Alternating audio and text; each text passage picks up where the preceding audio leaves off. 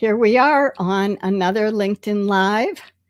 Rawan Taha is going to talk to us today about UN entry-level jobs and related pieces of work in the UN for things that we haven't talked about before. So Rawan, take it away. I'm excited to hear from you today for learning for all of us. All right. Thank you, Sue. Um, Let me just put this in full screen mode. Can you see the screen? You can, right?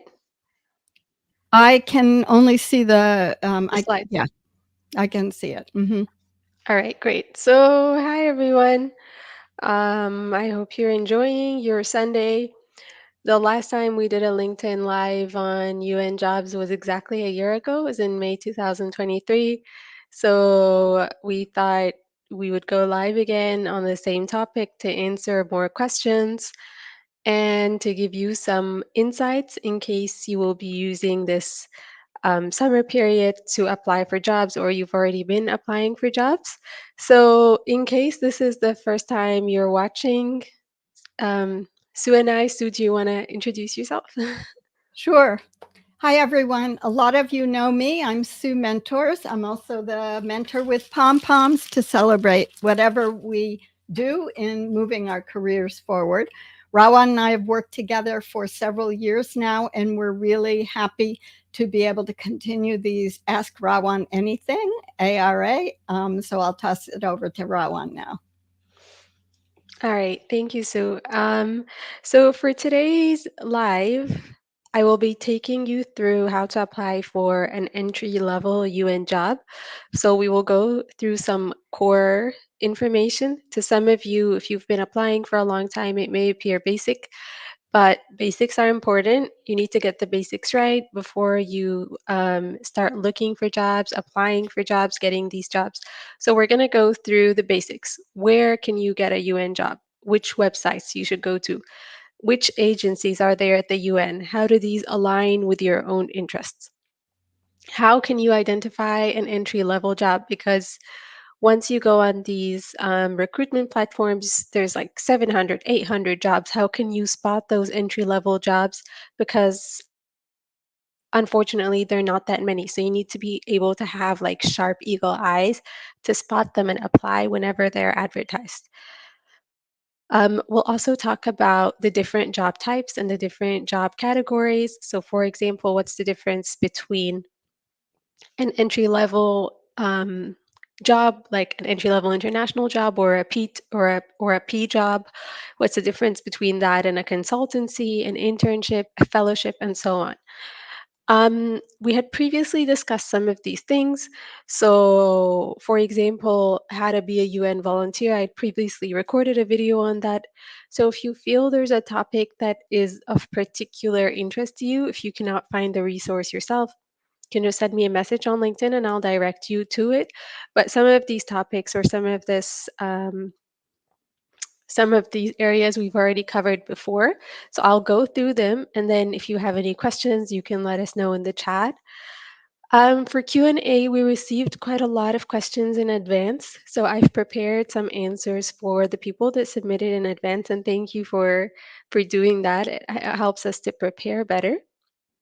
And then finally, some resources. Of course, with LinkedIn Live, you can always go back to the LinkedIn Live to watch it again. You can also watch it again on YouTube, or you can also watch it again on LinkedIn. So you will be able to see all those resources. I'm also happy to share the slides with you if it will be beneficial. So, our terms of engagement for Sue and I. Sue and I are, Sue is my mentor. So we're a mentor and mentee, paying it forward.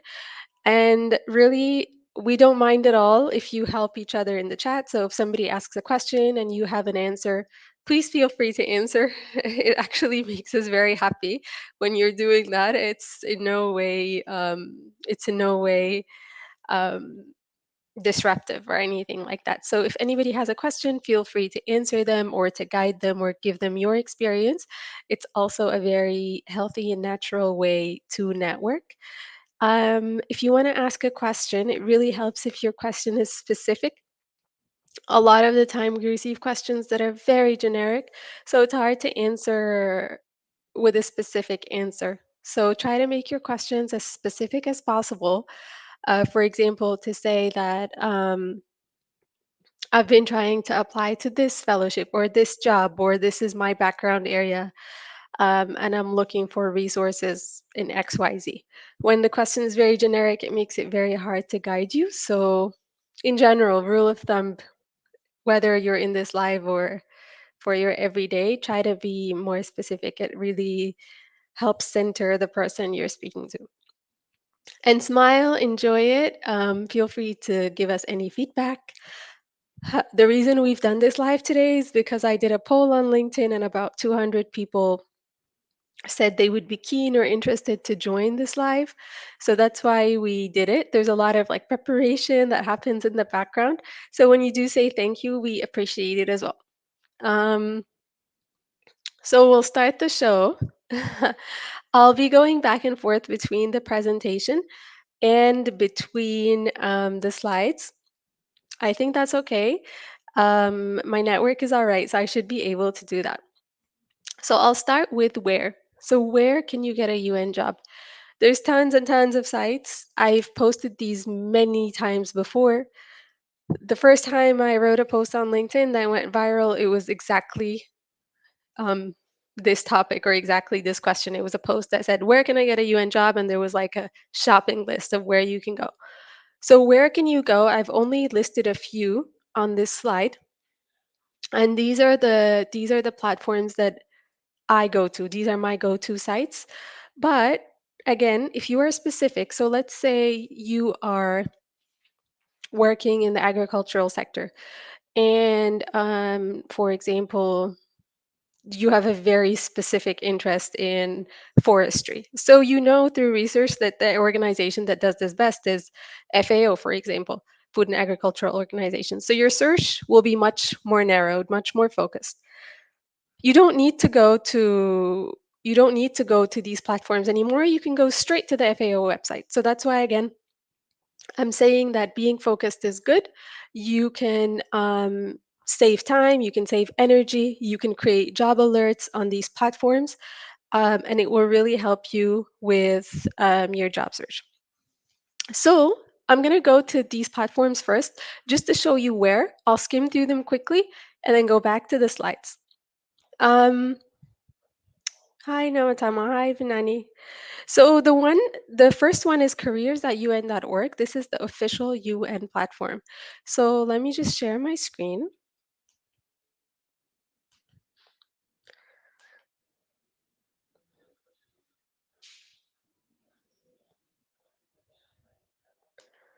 Alrighty.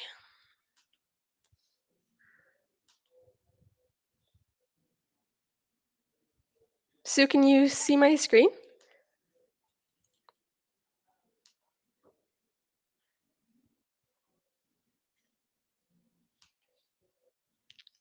Is that a yes? I can't. I only have one monitor. Oh, you're on mute, but okay. So the first one is this one, careers.un.org. This is the official platform to apply for UN jobs. So if you go to careers.un.org, at the top here, there's a search bar that says search for jobs. So if you can just click on this search bar, you'll see tons of jobs. So there's about 818 jobs open today. Of course, you're not going to sift through all of these jobs because simply not all of them will be suitable for you. If you are an entry level professional, I'll tell you which of those categories you need to be looking at. So, for example, there's job networks, which we will discuss. So, all the jobs in the UN are bucketed into 9 buckets, also known as job networks. So, it depends on what you do. So, for example, if you are working as a communications officer, you can be looking for jobs here in this bucket. Instead of sifting through all of these jobs, now they filtered down to 80. Again, let's say you don't want to be looking through all of these jobs. You are a professional, you want to be looking for jobs outside of your own country. So, for example, If you are Kenyan, you don't want to work in Kenya, you want to work in other countries. So you should be looking in the P category. We'll talk about those more in detail, but just to give you an idea of what happens when you filter, you're able to get much more specific and look for jobs directly related to your interest. And this way, you will be saving your own time, you will be saving the recruiter's time as well, because you know exactly which job networks you want, which organizations you want, where you want to work, when you want to start working. So your search becomes much more narrow. I'll go back to the presentation. So this is the main website, the UN Careers website. I'll show you in a second how you can get job alerts. The problem with these jobs is that they're so frequently advertised and they're often advertised for such a short time. Like some of these postings, a job can be posted for, let's say, a week or 10 days or however long the recruiter has posted it for. Let's say this one is posted May 24th, so it was posted before yesterday, and it's posted until June 6th. So it's not such a large window of time. So you don't want to be missing those windows of opportunity because you're searching manually. There's a lot of ways to automate the search process so that you can automatically get an email telling you when a job has opened in the network you want, in the job family you want, in the country that you want, at the professional level that you want, and so on. But in order for you to do that, you need to be able to define those parameters so you can automate your search. So, for example, I'll talk about like myself. The job categories that interest me are the P2. These are international jobs at the UN requiring about, let's say, 2 to 3 years of professional experience. So these are P2s. They're not frequently advertised, or you don't find these jobs that often. So right now there's 22 jobs found. Of course, not all of them will be my area of interest or expertise. I won't be eligible to apply for some of them. I don't want to miss any of those. So for me not to miss any of these postings, I have to create a job alert. And the best way to do that, you could say two ways to do that. You can do it directly on careers.un.org. So once you open the platform, if you want to apply for a job, any job on this official website, it will take you to the back end. The back end of careers.un.org. This is like the HR platform, and it's called Inspira or Inspira, the Human Resources Gateway, sorry, of UN jobs. For some reason, it doesn't work when I try to open it on Chrome. I have to open it. I always have to open it on like another browser. So I'll try again. Once I click on login, okay, it takes me through. I have no idea why it doesn't let me log in through Chrome, but maybe it's like because of cookies on my browser or something like that. So if I go to my home page, it took me straight to this job because I clicked that I wanted to apply for it. So if I go to this Inspira, which is the back end, there's a little bell here, a bell and an email, which is my notifications. So you can create alerts for yourself here. I know it's a lot of steps, but it's really, really worth it. So over here, I've created some alerts for myself, my saved searches and job alerts. So I've created job alerts for P2s. So whenever any P2 is advertised, I get an email. And this is great because it means that I never miss a job, right?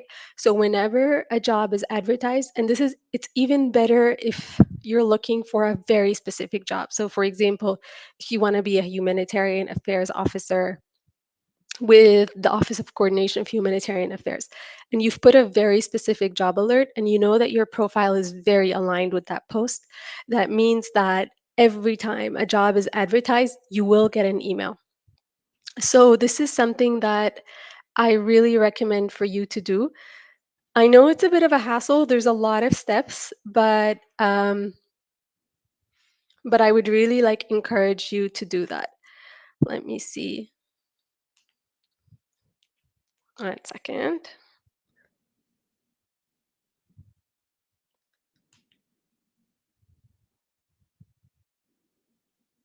So if you click on job search, you can also create one for yourself. So for example, other like entry level jobs that require 1 year of experience, these are called P1s. So if you go to the P category, and these are rarely advertised, whenever I see those, I post them on my LinkedIn. So um, let me check if there was any P1s that were advertised last week.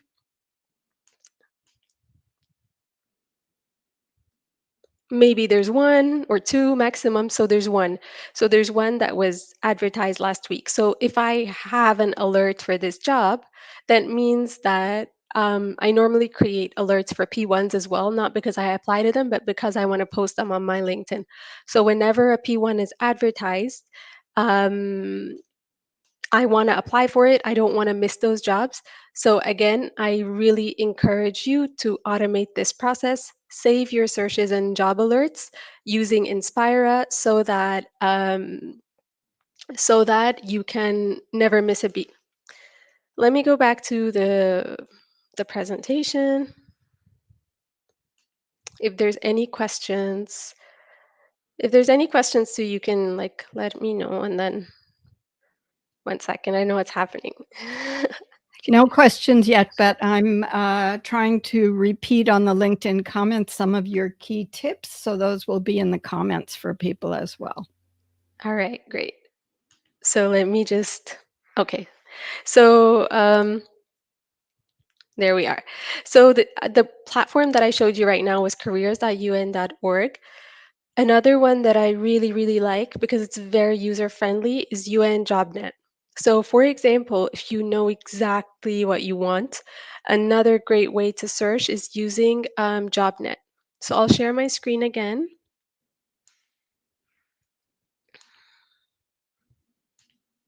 and I'll show you JobNet.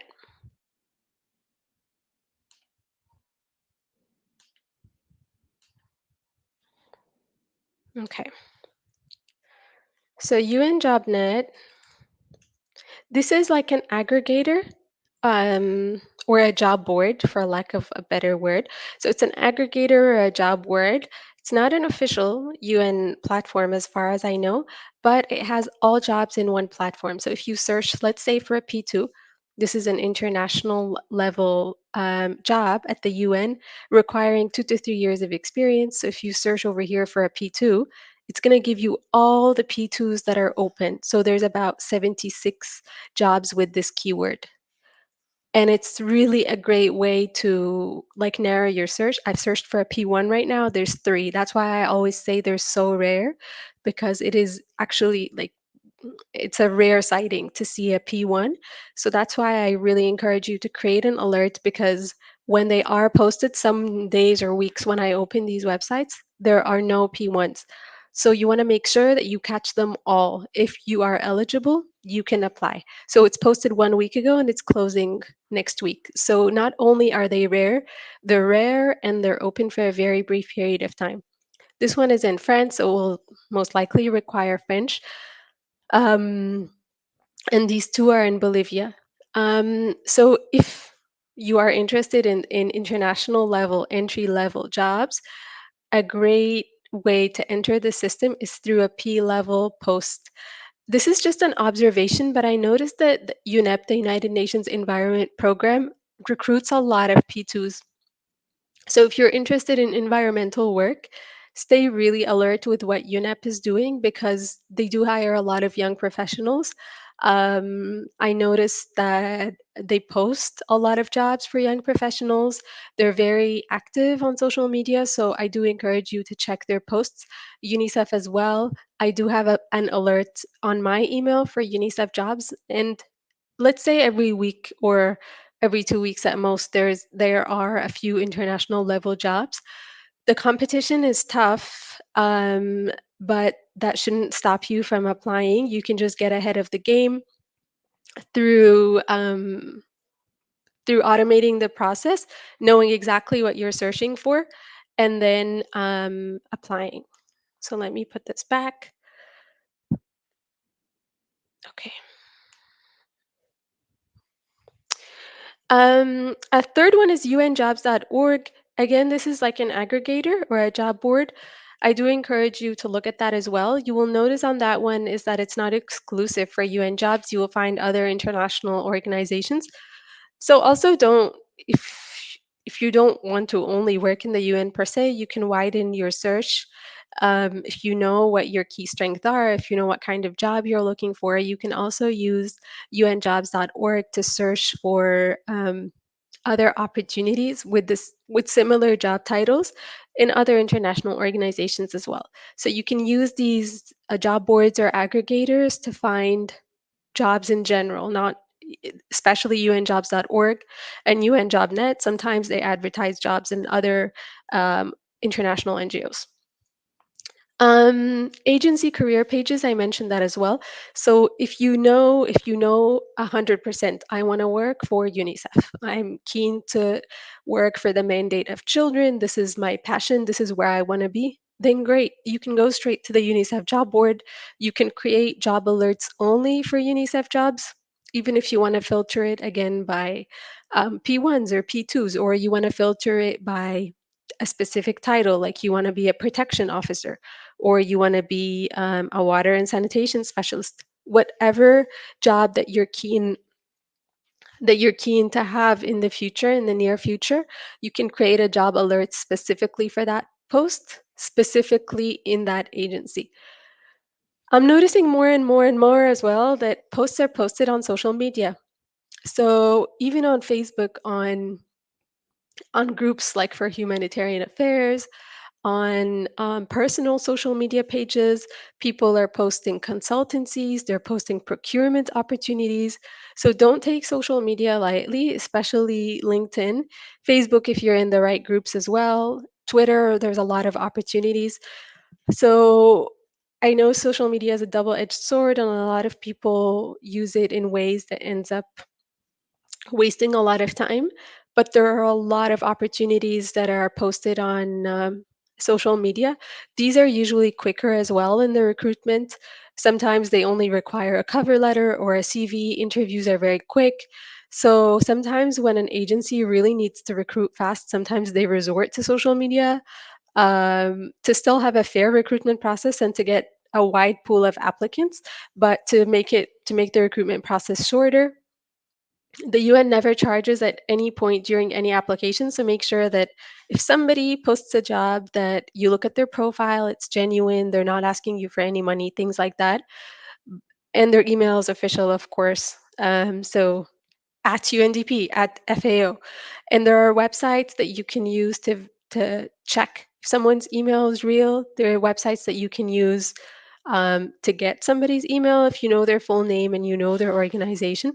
So please try not to get scammed. I know nobody gets scammed intentionally, but these are genuine opportunities. And if you see something on Facebook or LinkedIn and somebody's recruiting, you trust this person, you can submit your information and go through the recruitment process. It might be faster for you. Okay. So which agency should you apply for? Say you have no idea what the UN is. You don't know anybody that works there. You went on the website and you were completely lost. Which agency should you apply for? So the link is not working, so let me quickly get it from my presentation, and then I'll share my screen again.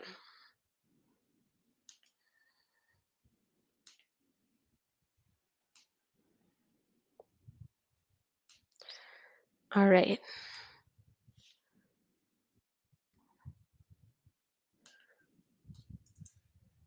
Thanks to Venani for that contribution, the redirect sites too. That's important to remember. I see a question that has come in as well. So how strict are the UN jobs when it comes to languages? For example, I only speak one of the several UN languages. Um, so I wouldn't call it strict per se, but like I don't know if strict is the right word because it's an essential criteria for some of the jobs. So sometimes when you're applying for a job, it will tell you that these are the requirements. We require somebody with a bachelor's degree. We require somebody with 2 years of experience. We require somebody that speaks English. And I saw a job this morning in Mozambique, and they want somebody that speaks Portuguese. So these are the requirements. There are things that are like nice to have. So they tell you, oh, it would be really nice to have somebody that knows how to use Tableau and Power BI and knows how to use a mapping software.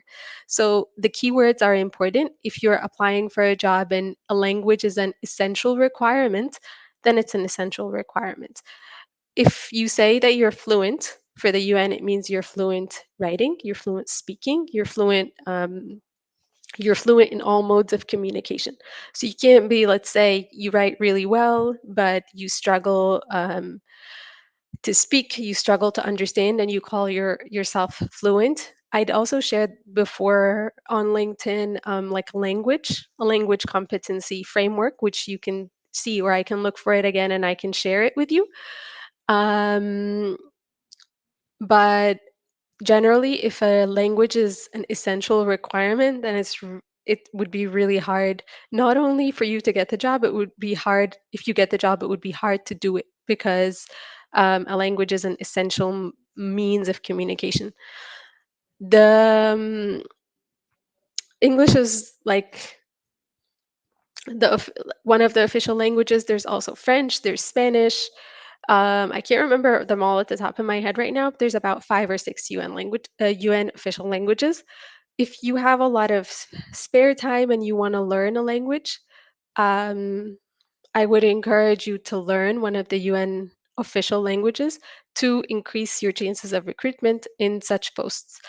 Um, but yeah, I would not encourage you to apply to a job that clearly stipulates that you need to be fluent and you don't have that language capability, and that you still apply. Your chances would be very, very, very slim. Okay, so I'm gonna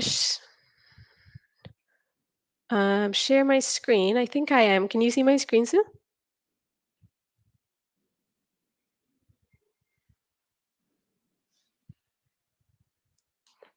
Um, you're on mute, so I'm not sure if you can see it. Yeah, I can see it. I was answering all the Uh, comments. We're getting a lot more questions coming in now. okay, great. So if you go to careers.un.org, you could see the UN entities as well. This is the official page that we're on. So if you have no idea which agency you want to work in, you can have a quick glance to see the different agencies, what their different mandates are. There's like a one-liner about each organization, so you can go through. Um, so you can go through and read, for example, the World Health Organization. They're responsible for promoting health. If you want to work, let's say, at the United Nations System Staff College, they're responsible for training and learning and so forth. So this is another way to filter your search. If you're keen to work, let's say, on a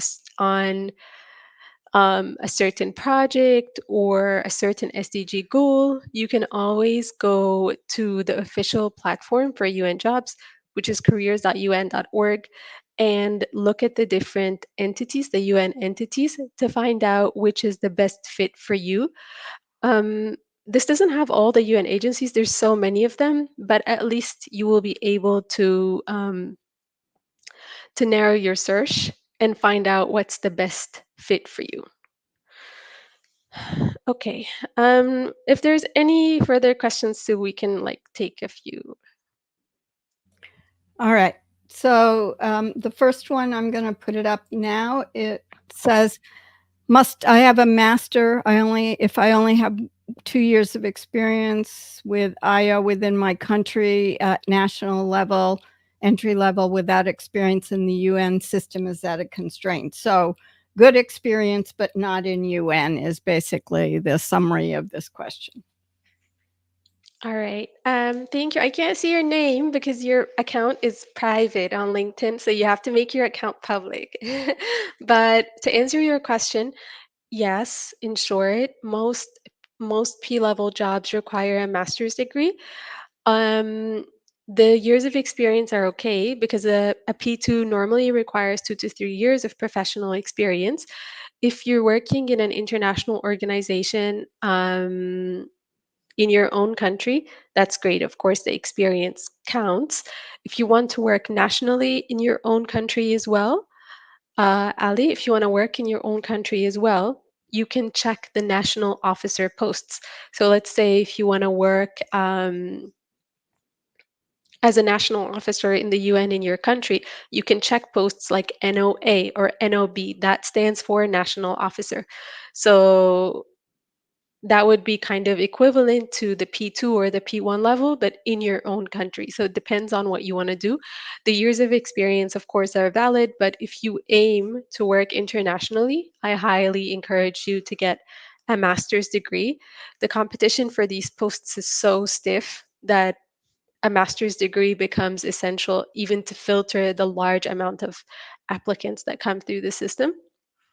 So, um, if you haven't gotten your master's yet, and you can you can go for an online master's, a part-time master's, you can study in the UK, it's just 1 year. So there's a lot of options now that allow students to pursue their master's degree. So you can start looking at these options right now if you want to start, if not this September, then next September.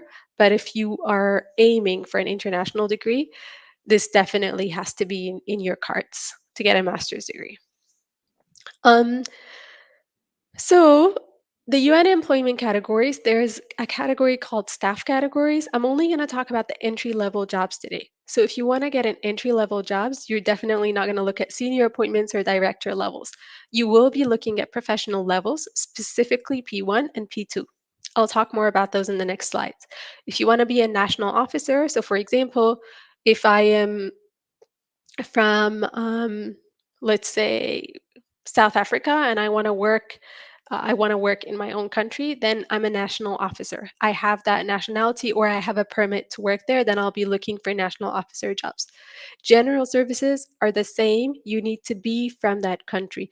And by the way, most of the jobs in any UN agencies will fall under these categories. So, for example, if an organization has 30 staff, you will have about, let's say, 25 national staff and 5 international staff.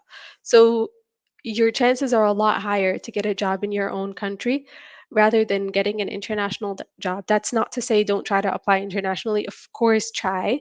But if you are keen to work in the UN, or you're keen to start working in the UN, a good like foot way to get your foot in the door would be also to explore national opportunities in the agency of your choice. Um, you can also check other employment categories. So, for example, temporary appointments, short term appointments. You can check consultancies. I'm a consultant right now.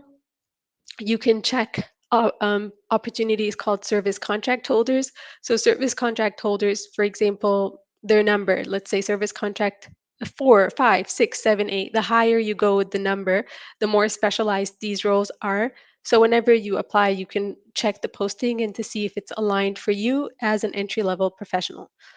Junior professional officers, these are open to candidates of specific countries only. United Nations volunteers, we'll go through these in a bit, and then fellows and interns. Fellowships are opened every once in a while. Keep your eyes open for those as well, and internships as well. So there's no golden rule, but if you want to be looking for an entry level job at the UN, some key search terms would be P1 or P2. So the P1 is the entry level international job requiring almost 1 year of experience. So when we look through the UN portal right now, there's about 800 jobs open today. Only 3 of them are P1s. So this is how like rare they are. When I even checked like the official platform of the UN, only 1 of them was showing up. So you can think of it that way, like that one out of every 800 or so jobs will be a P1. So these are rare. The P2 are a little more common. So for example, when we looked through the portal a little while ago, we were able to spot, let's say, about 30 or so P2s. So these are more common. These are more common jobs. They're international jobs. They're more long term, and they're prestigious jobs as well. So the NOA and the NOB, if you want to work in your own country. So, for example, if you're Indian and you want to work in India, you can check for the national officer jobs. The higher the letter is, it means it's more specialized. I don't know if they go past NOC, but for example, National Officer C, it's somebody that would have a lot more experience or would usually be older than somebody who's an NOA or an NOB. Junior consultancies and consultant one. Again, these are similar to the P1 and the P2. Consultancies requiring, let's say, 2 to 3 years of experience. A lot of people think consultancies are like in the medical profession, like somebody who has 20, 30 years of experience and a PhD, but it's not like that. There are junior consultants and there are senior consultants. Other terms that are more common that you can search by are intern, fellow, volunteer, the YPPs and the JPOs, which are both of these are country specific. But these are the terms that you should be searching for. When should you search? I always say all the time because recruitment can really take up to 2 years, especially if you're applying to be on a roster or applying to be pre selected. So always keep your applications going. If you are in the job market, if you don't have a permanent job, if you're looking for jobs, so always keep your applications going and rolling because recruitment at the UN can take a very long time. So don't expect the process to be quick. Keep your applications alive so that you're not surprised by the timeline. I'll stop here, Sue, in case anybody has any questions. A couple questions came in. Sapna submitted two, and I'm going to summarize them because you were talking on the previous screen about UN University and also about experience. So regarding UN University, she was curious if they do research and training across all agencies. And I think the rest of the question, you can't really take time to discuss which individual agencies do what kind of training. And then her second question related to these jobs that are posted. She's assuming the level of experience refers to that for the specific role, but you might have more experience than those years of experience in other roles. And I would just say short term for all of you, your experience in any role includes transferable skills that can be applied to a different content area or a different technical or job type. So basically, it's the UN University. Do they do similar research or offer similar opportunities to the rest of the UN and level of experience generally? And then we have one other question we'll answer later on dual citizenship. All right. So I'm not sure I got them all. There were quite a lot, but so the one on the United Nations University, um, let me answer your question in another way. So each UN agency has platforms, they provide free courses. So you don't need to be a UN staff member to take UN courses. So some of these courses are free. I've posted the links at the end of this presentation. So for example, if you're interested in nutrition and you want to take nutrition courses or you're interested in health, if you're interested in economics, the World Bank has lots of free courses as well. And you don't need to be a UN staff member to take them, and these courses are free. The United Nations University, sometimes they do offer free courses, research and training. So, for example, I think I'd taken a course before on the SDGs. It was a free course. I took a course before as well on circular economy. It was also a free course. There's some assignments you have to do to graduate. I've taken also one before on social protection, and these are all free courses. However, there are some paid courses that you can take through the United Nations University. There's also masters, PhDs that you can take through the UN universities.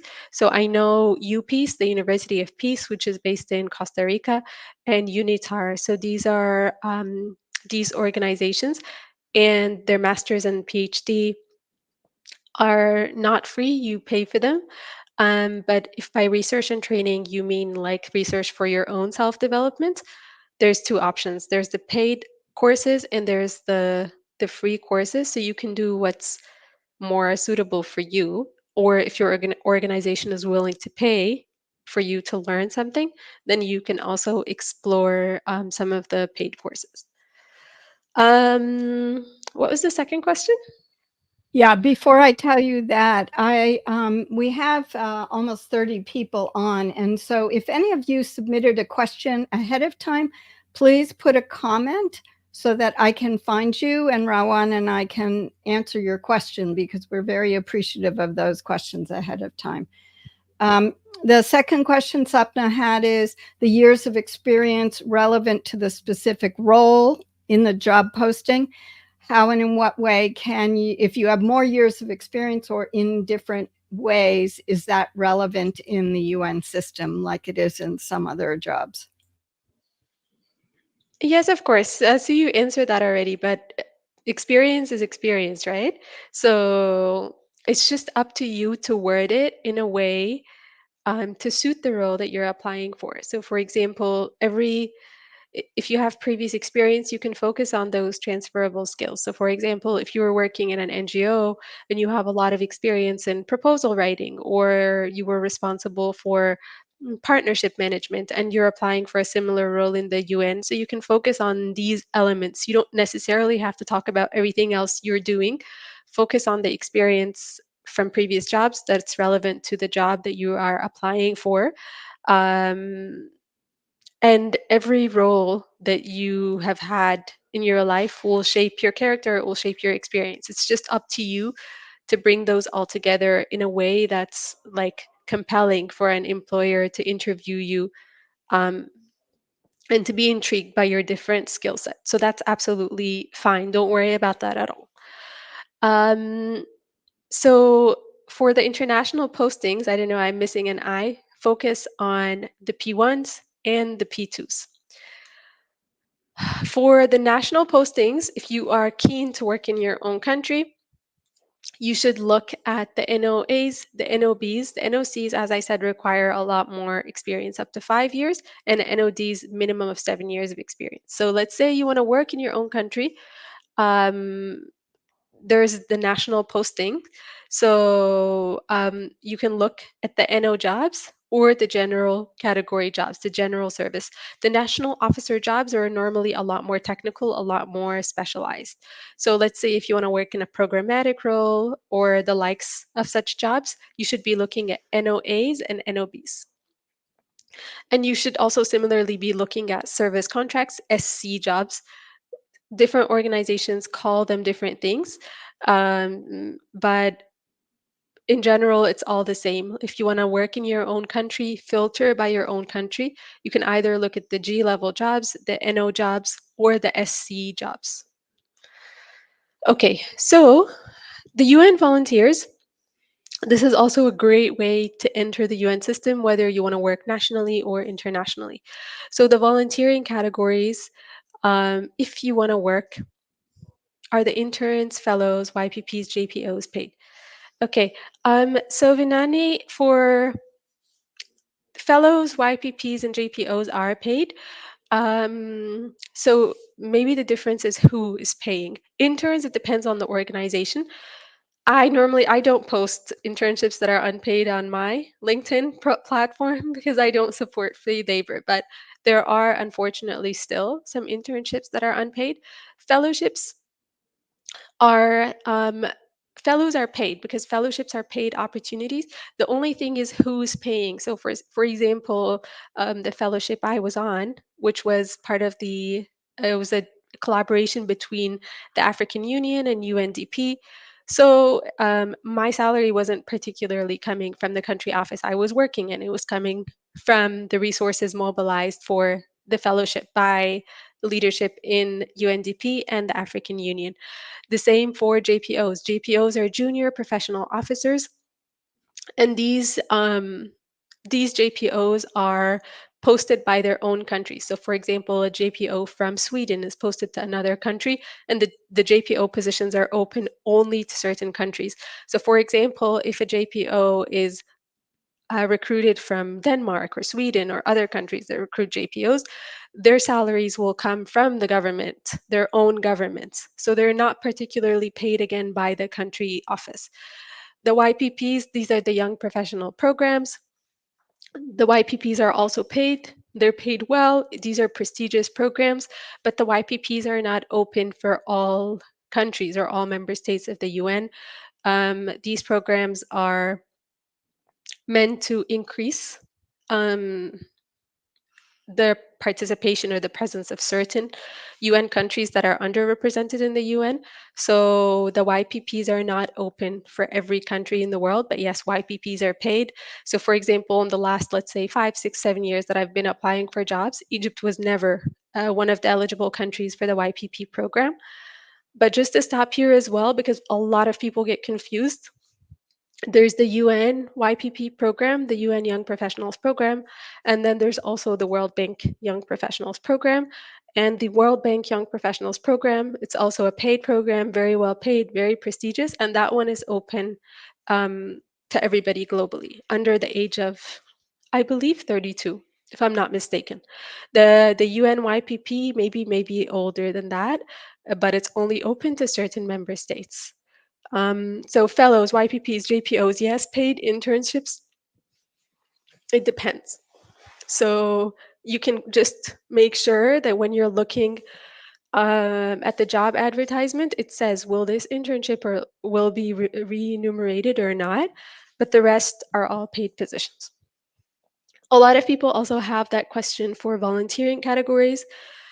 So a lot of people ask because the name is very misleading. When somebody says they're a UN volunteer, people always ask, will those volunteers be paid or not?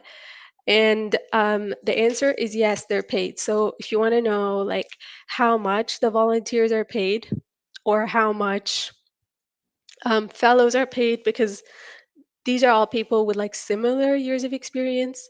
So like a specialist UNV or a youth UNV and a fellow and a YPP, these are all people, let's say, that have years of experience between the 2 to 3 years. So I'll just show you how you can find out how much they're paid because Vinani knows I don't promote free labor. But I'll just show you how you can find out what they're paid. Just and then you can explore that on your own. Okay. So if you go to um, UNV, the UNV platform is called UVP, Unified Volunteering Platform. So if you go to this platform and you click on the three dashes on the left-hand side, there's something called an entitlement calculator.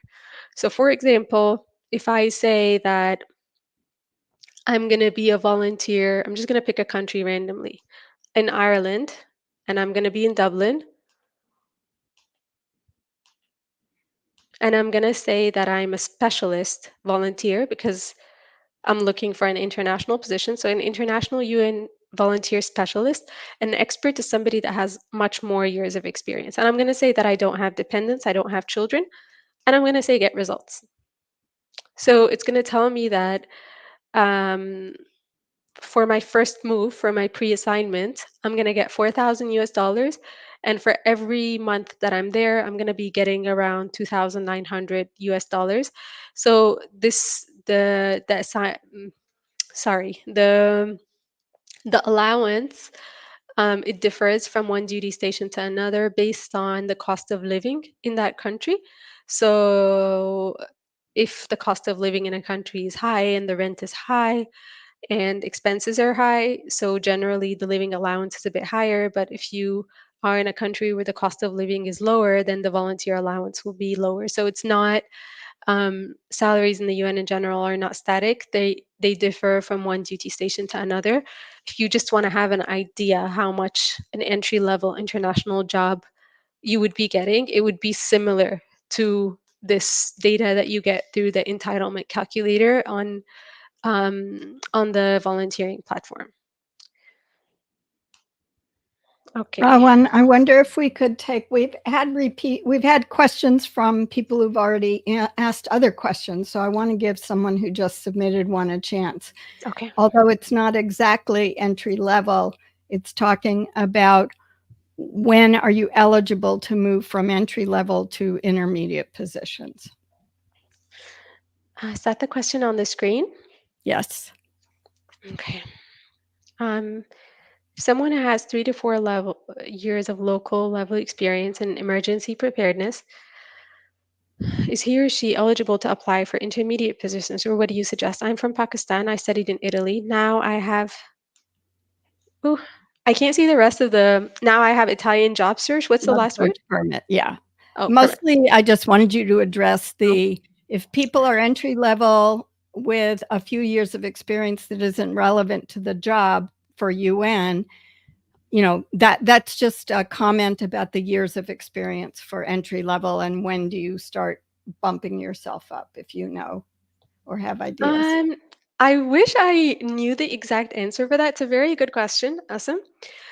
I would say that unfortunately, working in the UN, although you do have some diplomatic privileges, most of the time there's no clear career path. So it's not like I will be a P1 and after 2 to 3 years I will be a P2, and it doesn't work like that sometimes. So some people stay, they enter the UN as like P2s and they stay there for a very long time, or they enter as National Officer B and they stay there for a very long time, for years and years. Um, Sometimes you end up in places where you are under excellent leadership, and when there is a post that opens in the level that's above your own, you can compete for it and you can get it. Or if you reach that state where you are a fixed term staff member and you enter a rotational system every couple of years, you can also be promoted. But that depends on your grit, your passion, your talent, your connections. But to answer your question in short, if you're able to apply, let's say right now you already have 5 to 6, 7 years of experience, then by all means apply for a P3. Don't enter the system at a lower level and stay there. If you have the experience, also have the courage to apply for jobs that you're qualified to do so that you can enter the system at a higher level with your own qualifications, with your own background. There's no need for you to enter the system at a lower level if you are overqualified for that job. Because there's a question that also got asked in the chat or in the questions that were submitted before the call, for somebody that's asking like, I have 3 years of experience and I want to apply for a P1, will I be accepted? I mean, yes, you might, but why would you want to do that? Like, if you have more years of experience than what you're applying for, you might get the job, I understand, or you might want to enter the system, or you might be keen to work internationally. But even if you want to apply, maybe apply for both, apply for jobs that are at your level or above your level, and also apply for jobs that are, like, let's say, you would be overqualified to do. But since there's no clear career pathway to get promoted and so forth, I would, in most organizations anyway, I would say that try to enter the system at a level that is suitable of your own qualifications. If anybody else in the chat is an HR professional or an HR expert and you want to say something different, by all means do so. Or if you have further information about how somebody can stay in the system and get promoted, you can also give people advice on how to do that. Um, Rawan, I just want to let you know only have a few more minutes before we wind up. So you're going into questions that were submitted, and we'll do as many as we can. And we could stay a little bit longer if you, Rawan, have time. Otherwise, Rawan and I will figure out how we get the answers back to those of you who submitted ahead of time and weren't able to attend. So I'll leave it to you. Go ahead. all right, sure. Um, So Q&A, the questions that were submitted in advance. So this one we've already answered. This person is asking for entry-level UN jobs. So Rama, if you're On the call, look for P1s, P2s. If you want to work nationally, look for NOAs, NOBs. If you want to work in the general service categories, you can also check those. If you want to be a junior consultant, either search for the terms junior consultant or consultant one. As a recap, right? If you want to look for junior professional officers, if your country sponsors JPOs, then look for those positions. If your country does not sponsor JPOs, then unfortunately you will not be eligible to apply. If you're keen to be a UNV, um, you can look at the UN volunteering categories. I've recorded a video on that before. If you're a junior professional, since you're asking about entry level jobs, do not look at the expert level roles. You're not going to be eligible for those. Depends on your age. You can look for the youth specialist, community, or university volunteering posts. As long as the volunteering job is on site, you will be paid. If it's an online volunteering post, it's not going to be paid. So, just so that you know what you are applying for. And as a recap to people that were here from the beginning. Question number 2, Linda's asking how she can leverage on her volunteering and internship experience. Many companies don't seem to consider it as experience. Um, I really don't agree that volunteering and interning are not experiences. It's that these are very valuable experiences. They're not easy to get. Now there's a lot of competitions for people to be volunteers and to be interns. Um, if if you do feel that way, or if you're applying in spaces that you feel do not value that experience, I would advise you to leverage on your networking. One of the most precious things you will have built as an intern or a volunteer is your network. You will have met a lot of people, worked or interacted with many partners, many donors. So leverage on those networks, try to get recommendation letters, follow those people on LinkedIn, show up for them if there's an event. Include these experiences on a CV. As usual, for your CV or cover letter, focus on your achievements, your results, the tasks that you were doing. Um, if you're volunteering or interning in a UN agency, you will have to take some courses. For example, courses on gender, courses on safety. These are mandatory for all staff. So you can also highlight these courses that you have taken as part of your interning or volunteering, because if they were to hire you again, sometimes you don't need to take those courses as long as you've taken them within a certain window of time. So for a recruiter, it saves a lot of time if somebody has already taken those courses, they're familiar with the system. And you can focus on transferable skills. Again, we're mentioning transferable skills, so things that are universal to not Can I only. just jump in real quick? You already said on your CV, put in your results. Here's my take on this.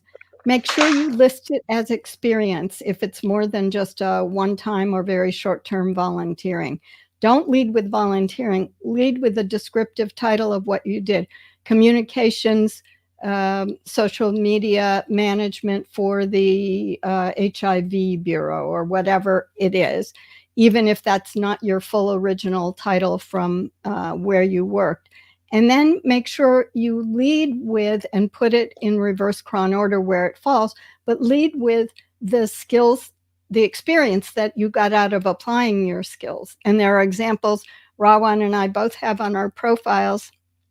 I have a course that talks about this in step 2 when you're writing your long CV and documenting your history, how best to describe volunteering. And I have some things on my YouTube channel as well, if that would be helpful.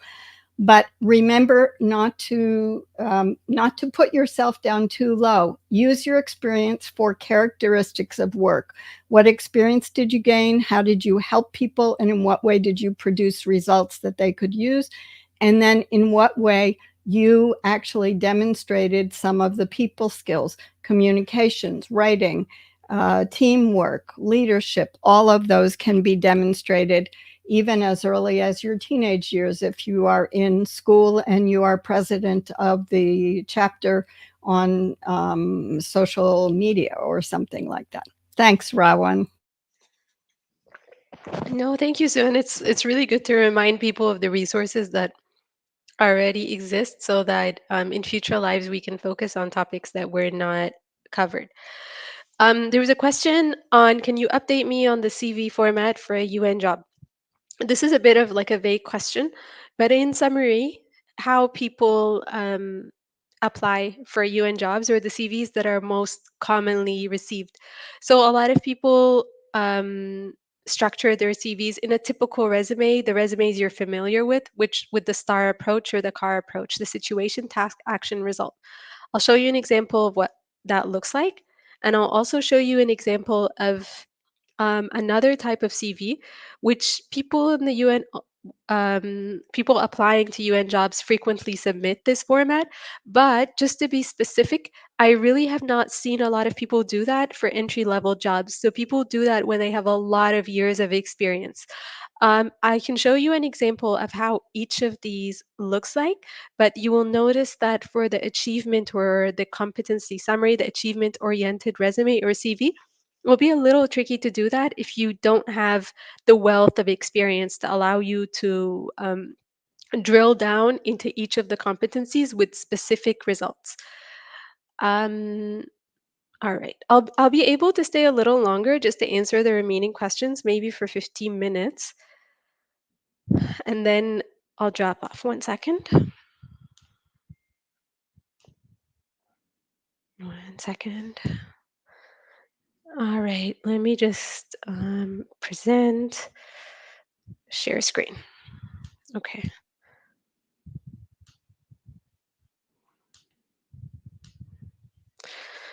Okay. I hope everybody can see. So the typical resume. So can you see my screen? Yes, I can see 2 pages side by side. Okay, great. So the typical resume, let me just zoom in so everybody could see a little better. So this is a CV for like illustration purposes only. It's like not it's just like a mock or a demo CV.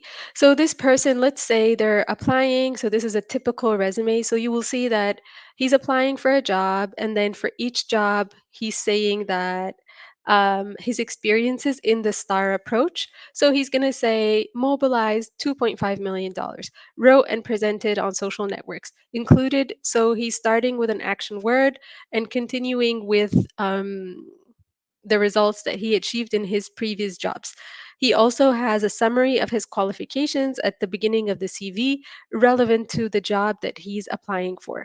So, this is a mock CV, so it doesn't say which title the person is applying for, but of course, you can mention this title and relate it to your qualifications. I'll show you the other one, which is a little more unique, which is an achievement oriented CV. So this person, again, the same person is applying for the same post, but what he does here is that he goes to the UN vacancy that he's applying for.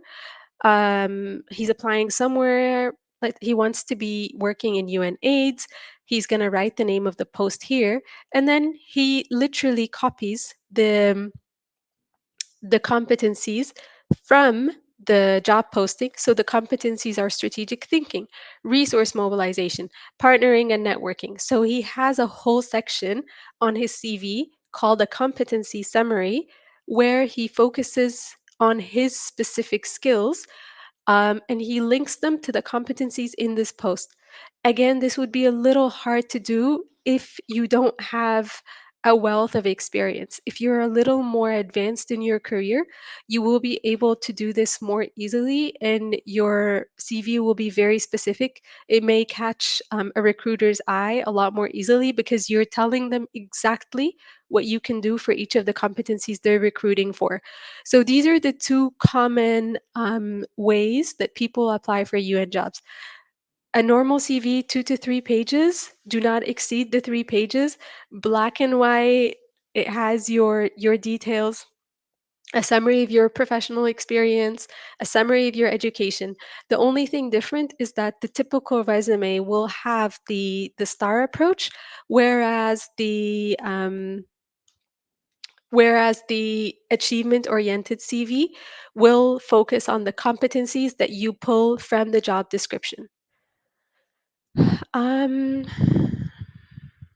how how many pages CV is good and in which format? For example, in Europe, they ask for the Euro pass. Okay, so Asim, I could see your question in the chat. One second, let me just go back to the presentation. Okay, so to answer the question that just came in the chat, um, no, there's no specific format. The Europass format, I also used it before when I was applying for scholarships in Europe. It's a bit long, if I remember correctly. There's a lot of formatting. I wouldn't recommend you to use that. So if the jobs in Europe require that, then great. Use the format that the jobs in Europe require. But if you're applying for UN jobs, I would say if you're applying for an entry level job, really try to have a CV 2 pages. If it's not possible, then 3 pages. Um, you can also try to tailor it to the specific skills that with the you don't have to list everything. So one of my colleagues has like a document. Literally, he lists every experience, everything he does. He has it all in one document. It can be whatever, 50, 60 pages. And then whenever he's applying for a job, he just like pulls out the relevant things. So, I mean, that's another way to do it. Whatever works for you. But ultimately, the recruiter doesn't want to see more than 2 to 3 pages, and they're most interested in the things that the job is asking for. So, in that sample CV we saw, maybe that person has a lot of experience outside of AIDS jobs. Maybe they've also worked on polio. Maybe they've also worked on the COVID response. But since this person is applying in UN AIDS for a resource mobilization for AIDS, the CV is focusing on that, like how much resources he mobilized for previous AIDS projects and so forth. So, you can just look at the CV from the employer's perspective, not your own. Like, what would this person want to see, or what are they most interested in, and focus on these things, even if it's like a little hard for you. Um, the next question. Oh, I think I skipped a few. Was just like running. So the next one is the person asking, what's more important, networking or traditional job applications? So this one is a little bit tricky. So you can do both. There's nothing that will stop you from doing both. So you can pursue the thinking inside the box route, which is having a CV, having a cover letter, having a good, clean, sharp LinkedIn profile, going to recruitment fairs, going to events, and so forth. So that's thinking inside the box. It may lead you to a great job, or it may lead you to running in circles because you're doing a great job, but you're doing exactly what everybody else is doing. There's other options to think outside the box, which is something that I'm seeing more frequently now. So yesterday, I helped a young woman who's applying. There's a food company that she really wants to work for, not a UN agency. And she really wants to work for them. She's been applying for 2 to 3 years. She's not getting any calls. She's a graphic designer, and yesterday she created a menu for them using their own products. She designed it and she sent it to their manager in the morning to say that you want some, why don't you hire me as your graphic designer and I can create those products for you to increase your sales. So some people are really able to think outside the box. If there's no job advertised, maybe create one. Don't be afraid to knock on doors. If there's a UN agency that's maybe close to your house, you can ask, especially if you know the name of the director or the manager, you can ask if you can speak to them. Never do something silly like trying to push your way past security, but please um, be bold, right? So if you want to be in those spaces, you can also try to go to events. You can try to connect with people hiring on LinkedIn, search for the hashtag hiring, followed by the job that you want or the agency that you want. Create the opportunities of your own, and also don't underestimate the power of branding yourself, personal branding. So the woman that I was telling you about yesterday, she always says like, I'm a graphic designer and I design menus. So it's impossible to forget her. She's so specific, right? So if you know anybody who's opening a restaurant or anybody who is in a food industry, you can say, I know a woman who knows how to make really nice menus or really nice food packaging, because she's so specific. So brand yourself word of mouth is an excellent way to get a job. It's not easy, it takes a lot of work, but brand yourself, use word of mouth, use referrals, use your own magic by showing up and being there for others. And maybe by using both methods at the same time, you will be able to get a job. سخنة. Okay. Is there anything else in the chat or should we go to the next one? No, I just told the chat we're going to finish up with these pre-submitted questions that people gave us, and I would say just give each person the highlights because we have not even 5 minutes left to be able to conclude. All right, great. So the next one was Sandra. Sandra, we already answered her question earlier on. So she's asking, she has experience in cybersecurity. Um, she never sees openings. Okay, so actually, Sandra, I think you're in a very good space. There's a lot of positions, not only in the UN, but positions in general, that are advertised with the rise of AI for cybersecurity and internet security and other things. So I think you're in a very good space if you have these qualifications.